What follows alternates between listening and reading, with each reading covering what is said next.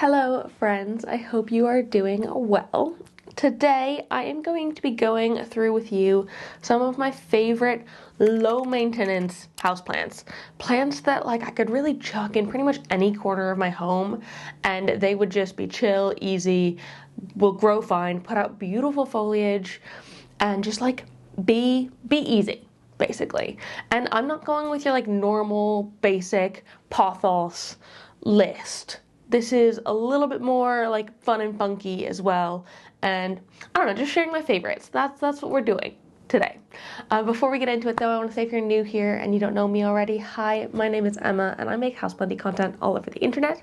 So if you want to follow along with my houseplanty journey and maybe learn something along the way, stick around, watch some more of my videos and subscribe to my channel. If you are not new here, welcome back. I really appreciate you returning. Now let us get into this. So I do also want to preface by saying that some of these might be a little bit more on the expensive side still, but I just wanted to I don't know, I want to share them anyway because they're easy. They're things I don't need to worry about. And so if you were umming and ahhing about whether or not you wanted to get them for yourself and spend the money, essentially I'm influencing you. They're worth the money. First off, this guy here, which I should hope is not stabbing. Okay, it's definitely stabbing some of my other plants. Maybe I'll put it somewhere else after this. This is my euphorbia last tea white ghost.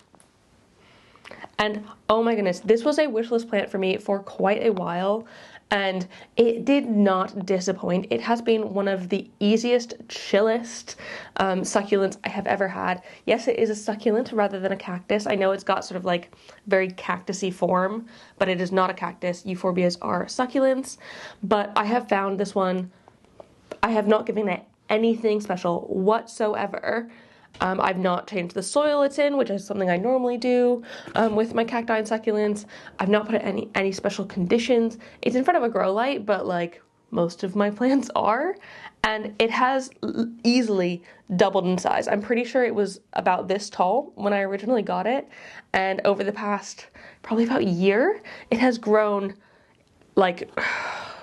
I can't even say how many times. It's just popped out branch after branch after branch, and it's so nicely variegated as well.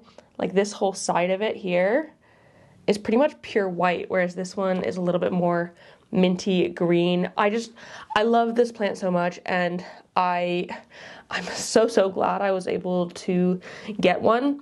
This one is one that's a little bit more on the expensive side because they are slightly slower growing. It's a succulent, they're not fast, but I would say it is 1000% worth it. I'm pretty sure this one was 45 pounds when it was little. So not cheap, but also to be honest, I'd say probably very reasonable. And for the amount of growth that I have gotten from it, considering I have done nothing to it, absolutely worth it. And I would get another one in a heartbeat. And I can't. What's this going to look like in another year's time?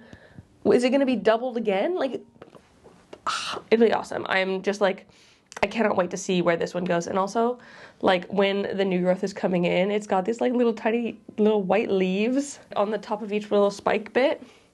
Don't really know why those are there, but I think they're freaking adorable. So, yes. Absolutely love this one. Perfect way to start this video. And then next up, we have this beautiful thing here. So I had not seen this plant before until late last year. This one was given to me by Grow Tropicals during the their Black Friday sale. This is a dracaena goldieana. And I feel this is the least dracaena-y dracaena that I've ever seen. I've never seen a dracaena with such wide leaves. It still has the sort of stem form of a normal dracaena, but I just love these sort of stripy, almost zebra pattern leaves. It's so cool. And again, this is one that I have just put on my plant shelves and not forgotten about because I love seeing it, but I don't do anything extra for it. It's out in normal room humidity.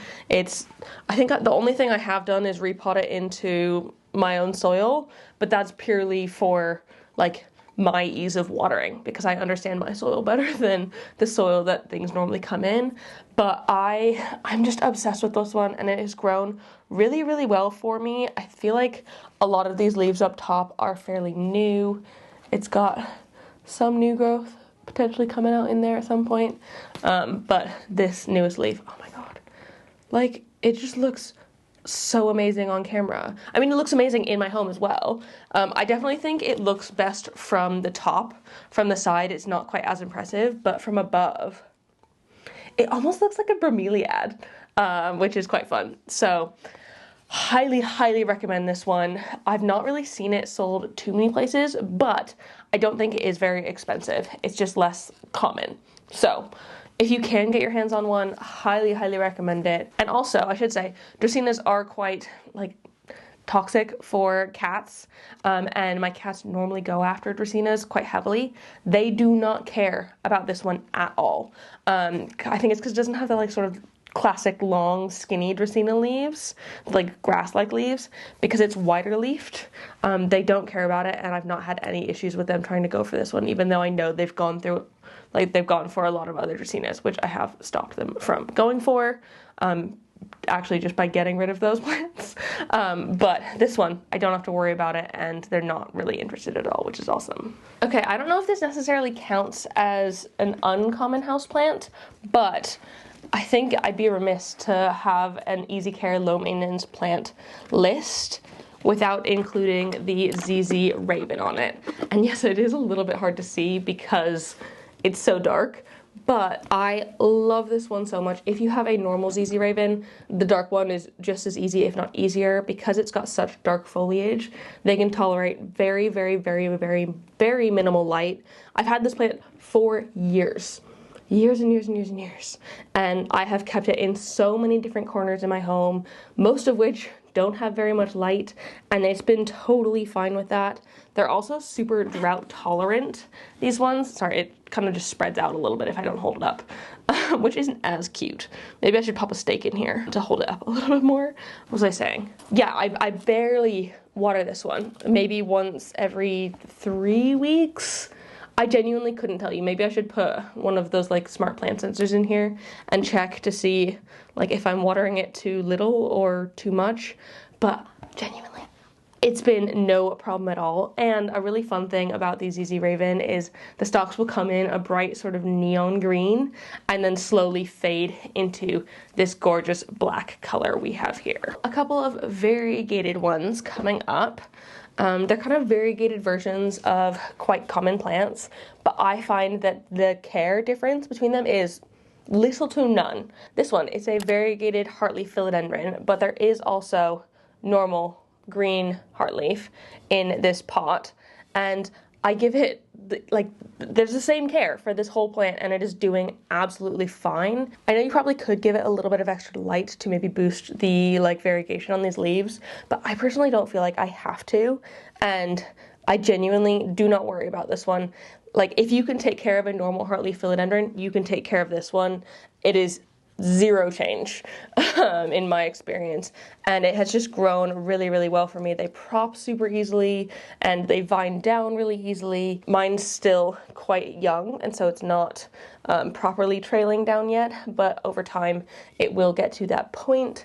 I'm obsessed with this sort of really freckly variegation on there, like even the sort of green on green, because it's not quite white variegation, it is more like light green on dark green, but I personally really like that. I think it looks really sleek and chic and is a good like mix up from the sort of like classic heartleaf philodendron that makes it like a little bit more exciting. The other variegated one I have is the variegated raphidophora tetrasperma. Oh my goodness. And one, I should say, I'm so glad the price has gone down on this one in the last several years, because it was outrageously expensive for a while, but I don't understand that. I don't understand why it was like tens of thousands of pounds, dollars, whatever, because raphidophoras are so easy, chill to grow. And the variegated ones are no different. And so, like, why is it going for so much when they're going to be able to be propped so easily and then, like, sold on and just, like, I don't know. I absolutely love this one. Mine isn't heavily variegated or anything like that. I do have some bits of nice sectoral variegation in there, but it is, again, so easy. At some point, I should probably get this onto a moss pole because it'll probably prefer to climb, but for now, it's perfectly happy just being chill in this. Again, it's on my plant shelves. It is getting grow light, but I wouldn't say it's like a super duper bright one or anything. It's one of my old fluorescent bulbs that isn't particularly bright, and so it probably gets like medium indirect light most of the time, and that's perfectly fine for it. I'm not concerned about like the variegation going away, although maybe it has a little bit. No, that's a half moon. Yeah, that'll be a half moon. I was gonna say I was a little bit worried because this new leaf is pretty much entirely solid green. The next one, it's got a half moon. So we are all good. I don't need to worry or stress about this one at all. Okay, I know I've spoken about this plant a lot over the years, but I am like fully obsessed with it. Is my fern leaf cactus. I can't even show you properly in its full glory because it's gotten so big over the past couple of years. It is just huge. And again, so low maintenance. This one's not even underneath a grow light or anything, and it is just putting out really long, beautiful foliage. It did take a little bit of time to like sort of get going, but now that it is growing and going, like it's just, it is exploding basically, and it looks so beautiful, and it's a great way to add sort of jungle vibes, I find, to my home. I just feel like it really adds. This one is pet safe, which is awesome, so I don't need to worry about like Cleo or Cosmo getting at it. I know Cosmo's definitely had a bit of a nibble, but it's not the end of the world because it is pet safe. And I know it's like a cactus, but it's an epiphytic cactus as opposed to a desert cactus, meaning they thrive off of humidity and they are a bit more of a tropical plant. And so they work perfectly well in my fairly humid home. I should say as well, I preface, I guess, all of these. My home is usually around 50 to 60% humidity without any sort of humidifiers. I live in the UK. It is, it's moist here generally, and it's also amazingly easy to propagate. With all of my jungle cacti, I have always just taken a cutting and popped it into soil and let it propagate like that, and it has just been like so simple, so easy, not had to worry about it in the slightest. Another dark foliage one that I am obsessed with is my pellionia pulchra here, and I've had this one for years and years, and I got it as like a tiny, like single cutting basically, and it has grown so much over this time, and I've chopped and propped it like tons. That's why it's not bigger, because throughout this entire time I've been chopping and propping and giving it away to as many people as I possibly can, because it is such an easy one. I feel like everyone should have it, and it does kind of like trail slash creep crawl along a surface, but I like growing it trailing. I know people grow them in terrariums, but you genuinely do not have to do that with this one. This one's just out in my normal home humidity and not even in front of a grow light really, and it is growing perfectly fine and giving me new growth nonetheless.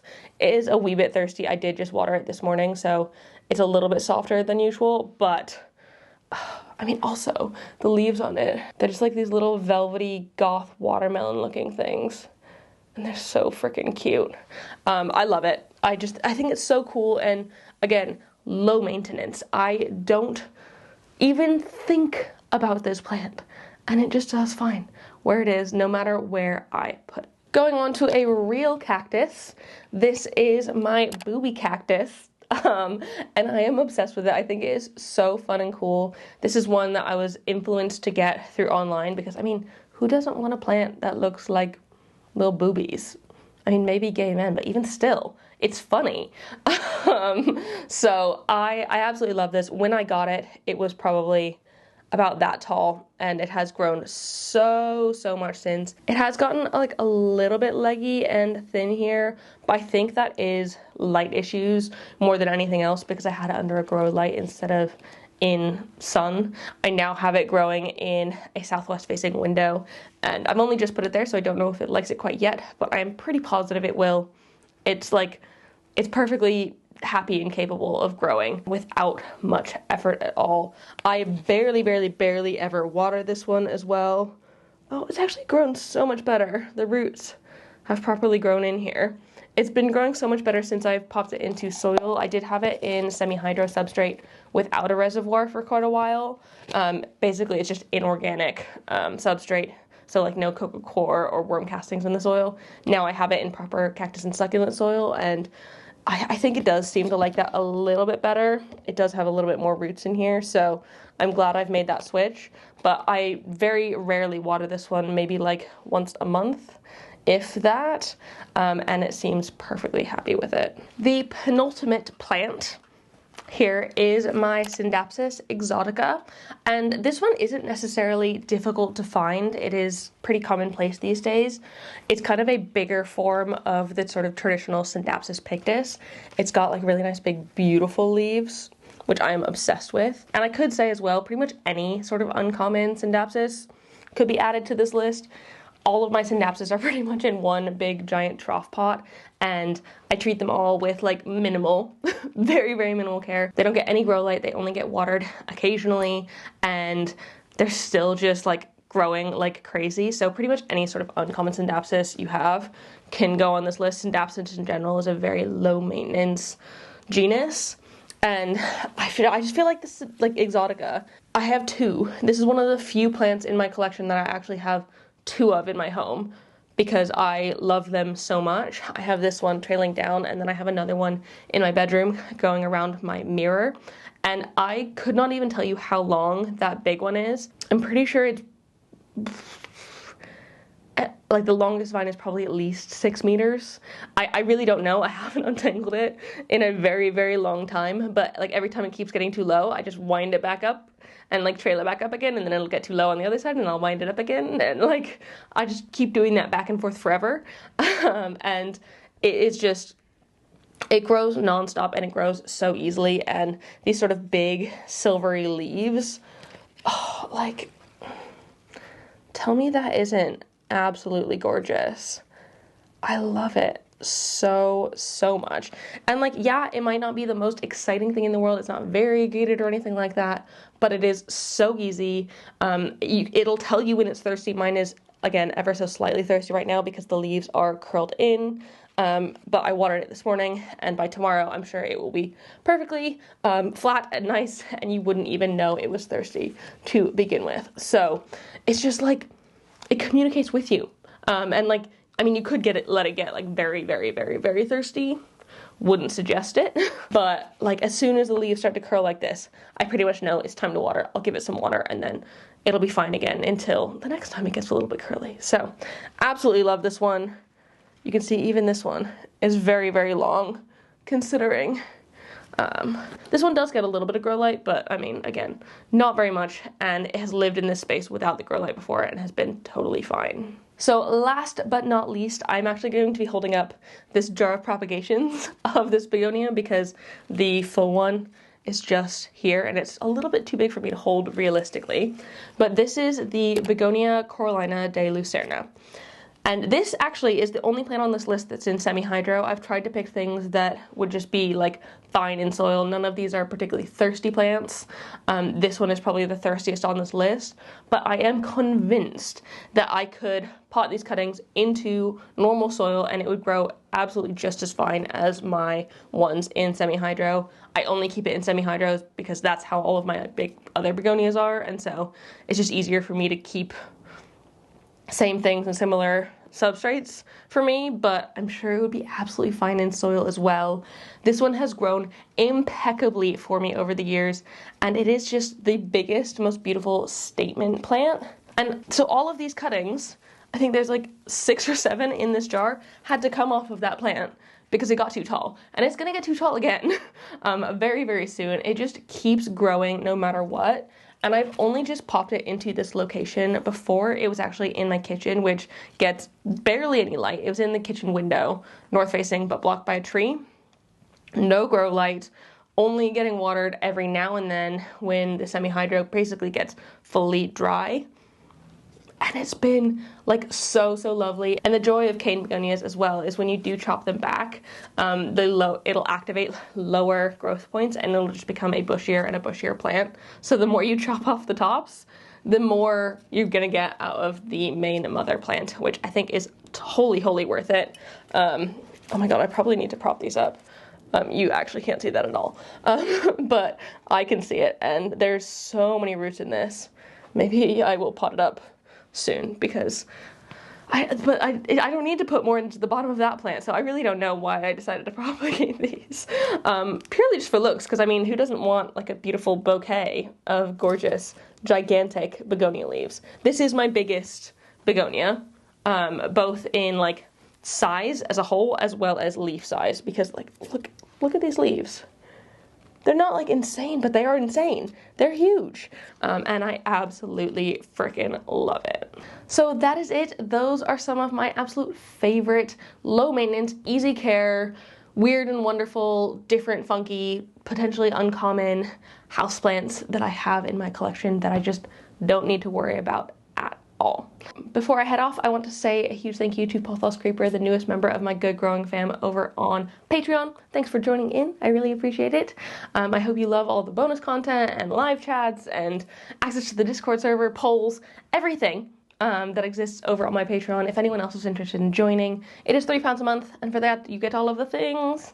Ding! You can kind of think about it as growing one of my grow lights for a month, because that's about how much it costs, or buying me a cup of coffee, or just helping like support a creator. But totally cool if that is not your thing. No pressure at all to join. Otherwise, thank you so much for watching this video. I really hope you enjoyed it. If you did, please give it a thumbs up down below and leave a comment on other houseplanty things you'd like me to talk about in the future. If I mentioned any plant in this video that you want to know more on, let me know, and I can hopefully make that for you in the future. Also, are there any plants that I missed out on this list that I should be adding to it, or that I should add to my collection because they're solo maintenance but like cool and different? Let me know that as well, and subscribe for more. I hope you're having a fantastic day, and I will see you in the next one. Don't forget to keep growing. Bye!